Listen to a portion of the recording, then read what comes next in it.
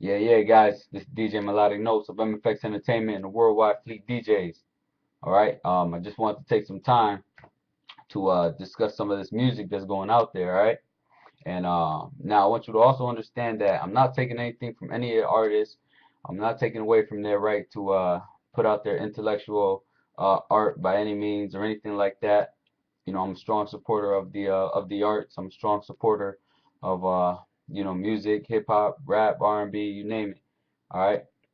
But I'm also a strong supporter of the preservation of the art form, and I'm working towards trying to ensure that the art form is taken seriously and preserved in a manner that it can, remain, it keep its prestige, so to say, or at least enhance its prestige. All right.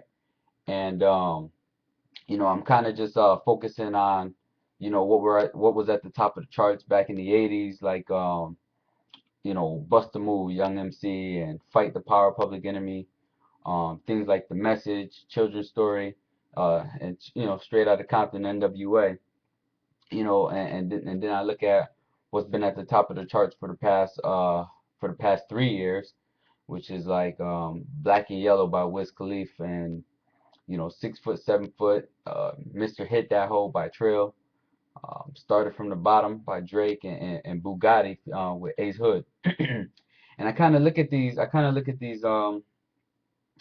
this music, and I see that there's some similarities, and then there's some changes to it. And you know, I look at this music from a analytical perspective, a sociological perspective, and I just seen that I have, I personally have, some issues with the music selection that we as a people consider popular music, or what we consider popular culture, and what we're putting at the top of the charts. Again, I'm not taking anything from the artist by any means. They have the right to sing about whatever they want. They have a right to dance about whatever they want. But at the same time, I feel kind of, I guess, a little disappointed, for lack of a better term, at what we as a people are voting or placing at the top of these charts. And just our taste in music is it's a little bit different than what I would expect from us. All right. So I mean, just the differences, like in 1980s, hip hop, it seemed to express more about, it was expressing more individuality, and a lot of times it was unique talent. All right. And it had negative and positive effects on popular culture. This is true. And but there were usually messages in the music in the 1980s, and though not all messages were not favored, they were still complete statements. Songs told stories in the 80s, and now in today's music, it seems like after 2010, it seems that music um, is just more about plugging in keywords. So you can plug in any combination of keywords that talk about sex, or drugs, or selling drugs, or violence, and you put a nice beat over it, and you got a hit record. It seems like it's all about them keywords though, and the music industry promotes this, and it seems to be corrupt, and the way, and because they promote this, and because we digest it, we passively digest this music, um, it serves as a severe impact on today's popular culture of music. So, you know, that's not to say that there's no similarities between the 80s and now, because, you know, hip hop has always talked about sex and drugs, all right? I mean, on a small scale, it did. And but it's nothing to the magnitude to where it is now, all right? And the messages about the songs in the 80s and 90s, and even before, even right before 2010, they were well articulated, all right? They told specific stories, and just like in the song "Children's Story" by Slick Rick, he tells a specific story of a criminal from the beginning of his decision-making process all the way to the end where he's shot and killed, right? And then Slick Rick ends it with the message. This ain't funny, so don't you dare laugh. Just another case about the wrong path, straight and narrow your soul gets cast, right?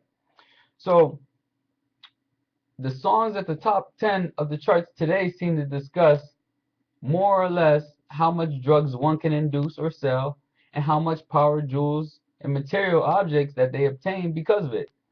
And analyzing the songs of today's hip hop in terms of Adorno, which is a sociologist. He studied sociology and contributed to the study of culture. Adorno's three claims about popular music, I have to agree on all three of them. And you know, one of the claims is that once a musical and or a lyrical pattern has proven successful, it is exploited to commercial exhaustion, culminating in the crystallization of standards. All right. Moreover, details from one popular song can be interchanged with details from another, and unlike the organic structure of serious music, where each detail expresses the whole popular music in a mechanical and is mechanical in the sense that given detail can be shifted from one song to another without any real effect on the structure as a whole. Now, when I say that, I mean that you take one song, right?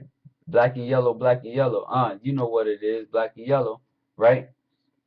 Now, all you can take those key notes, right, and just shift them on the scale, and you'll have the same type of beat, but maybe at different notes. You see what I'm saying? So instead of playing these keys on one end of the piano, you play the same exact keys on the other end of the piano. You switch drugs for white. You switch trees for weed on this side, and before you know it, you've already digested this song playing on this side of the piano, right? But now you got this song on this side of the piano saying the same exact thing with the same type of key pattern, and it's going to become a hit. In the eyes of the industry, it can become a hit. Why? Because the song was already pre-digested here. And as long as we continue, or as long as they continue to get you to passively listen to the song, right? Keep you active, keep you drinking, keep you drugged. If you passively listen to the song, you will not notice that this song right here is the same exact song that you pre-digested, with the exception that they switched out a couple key words. All right? Yes, the artist might be different. The song in itself might be different. There might be some samples added and subtracted into it. But in general, the song is already pre-digested and pre-listened to. And all you're doing is listening to the same exact song again. Why? Because it already proved to be successful. So they're gonna continue to do it until it reaches exhaustion. Um, a good example of that would be the jerk songs. You're a jerk. You're a jerk. You're a jerk. Right? Um, yeah. Okay. The song. It's a fun song. Don't get me wrong. It's a fun song. But then you got all the other songs that match up with you're a jerk. And it's easy for us DJs because as a DJ, I could take any of these songs from that organic song, and I could take any of the other songs that followed along with it until it's commercial exhaustion. Now nobody wants to hear jerk songs, or maybe in this area. So what I'm saying is we have to be cognizant of what's being fed to us and what we consider to be popular music. I'm not saying that we have to take anything from the artist. I'm not saying artists have to change. But what I'm saying is that in order to preserve our art as a society, we have to be cognizant of the fact of what we're digesting and what we're accepting into our popular culture. Um, Now, while listening to the lyrics of, um, well, let's back up. Ordino's second claim, right, is that popular music promotes passive listening, as we discussed, and as already noted, work under capitalism is dull and therefore promotes the search for escape, but because it is also dulling, it leaves little energy for real escape. The demands for authentic culture. All right, now, as a professional DJ, I find this to be very true. While listening to the lyrics of Mr. Hit That Hoe by Trill, I wondered what the hell makes this song so popular, you know? And I particularly heard the song for the first time while I was in Germany. And I asked many of the women in the club, some of them American, some of them German. I said, "Hey, why do you like this song?" And to which they replied, "I like the beat." So I took it at that, and I said, "Do you know what he's saying?" And they're saying, "Mr. Hit That Hole, Mr. Hit That Hole." And I said, "Okay, well, fine, okay, whatever." So I don't know how far after, but I took some time and I printed off the lyrics to Mr. Hit That Hole. I put it on my WordPad, and then I erased the title of the song, and I took out the chorus, Mr. Hit That Hole. They call me Mr. Hit That Hole. I took the chorus out, and I left what was left of the song, which really wasn't much. I presented this document as poetry, and I asked a few people to read it, before one of my sets and stuff like that. Before I started DJing, I get in the club a little bit early, have some drinks, and I ask people, hey, read some of this work, see if you like this poem. And they kind of, they'll take the paper and they look at it, with disgust, right?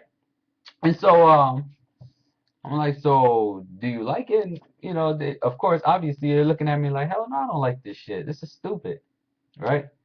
And that to me proved that people must be actively, either active, meaning dancing, singing and dancing, and distracted and things like that, having conversations. They must be drunk, drugged, or not even paying attention to the lyrics of the song, but passively listening to it to appreciate it. And that type of passive listening puts that song, Trill, Mr. Hit That Hoe, at the top of the charts, in the top 10 songs for 2010 and 2011. All right. Um, Adorno's third point, or his third claim, is that popular music operates as a social cement, and its socio-psychological function is to achieve in the consumers of popular music physical adjustment to the needs of the prevailing structure of power. This adjustment manifests itself in two major socio psychological types of mass behavior: the rhythmically obedient and the emotional type obedient. All right, and Adorno's analysis was timeless. All right, this was a study that went on, and I believe the study was in the 1950s, but don't quote me on that. And to this, it was timeless, because to this day I still find that people will dance to the very same music that exploits their oppression and encourages self-destructive behavior, simply because, in my opinion, people feel comfortable doing it collectively. And then not only that, but the oppression itself becomes a culture to embrace as a whole. All right. Currently there's a song out there called I forget, something about mollies and things like that, right? And not long after that Molly song came out, you get YouTube videos of people, you know, messing themselves up, killing themselves, or harming themselves by taking this drug, mollies, taking these molly drugs. All right. Now that's not to say that mollies haven't always been out there. And, mollies have been out there for quite some time, but it's the promotion of mollies mixed with the passive listening, that pushes these type of songs up to the top of the chart, that brings the curiosity of, whoa, what the hell is Lil Wayne talking about mollies? Now the drug dealers are able to go out there and say, hey, I got those mollies, because that's what's hot right now. Why is it hot? Because that's what's at the top of the chart. So now drug dealers are able to say, I got that molly, and now they're able to push that shit on our youth, or on the people of our culture, the people of our society.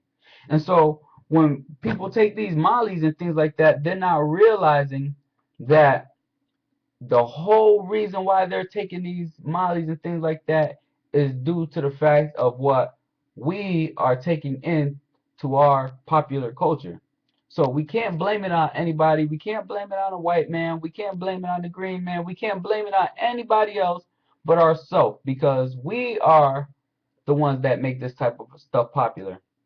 All right, and we have to basically we have to understand that not every artist is a freaking role model. All right, it's important to know that every music artist is not an artist. All right, many people will just passively listen to music and articulate it purely based off of the sound at the moment. They listen to it, they acknowledge its existence, and that it may even have extreme content, but have no need or desire to explore the context of it deeper. Now that's fine, but that comes with its own consequences. See, others articulate music as having a positive or negative effect on culture and try to combat it with positive reinforcements, such as myself with Melodic Effects Entertainment. But there are also those who are simply articulate music as a freedom of speech and self-expression. In other words, the objects or the verses or the lyrics exist totally independently of their discursive articulation, but it is only within discourse that they can exist as meaningful objects. So, for example, earthquakes. An earthquake exists in the real world. There's no doubt about that. Well, one person may take that in or digest that as, um, earthquake is a natural phenomenon or a scientific, geographical phenomena, or another person might just simply regard an earthquake as the expressions of the wrath of God. And it depends upon the structuring of a discursive world or a discursive field. People take their own approach to how they would like to articulate things, and among these things are music. So the whole point of this video is just to kind of bring some type of awareness to say, hey, be aware, be conscious, and just take some time to actively listen to your music. I'm not talking about go to the club and be a deadbeat or be angry or anything like that. I'm just asking that when you go to the club, you make note of these songs, and when you go home, you listen to them again in the quiet of your own home and actually analyze these songs and say, damn, this is what I'm dancing to in the club. Figure out what makes these things popular and just kind of take your own approach to it. All right, you take it how you want. Just a little bit of food for thought. Just expressing my thoughts and my views and my outlooks on today's music. All right. Again, DJ Melodic Notes, MFX Entertainment, Worldwide Fleet DJs, and I'm out.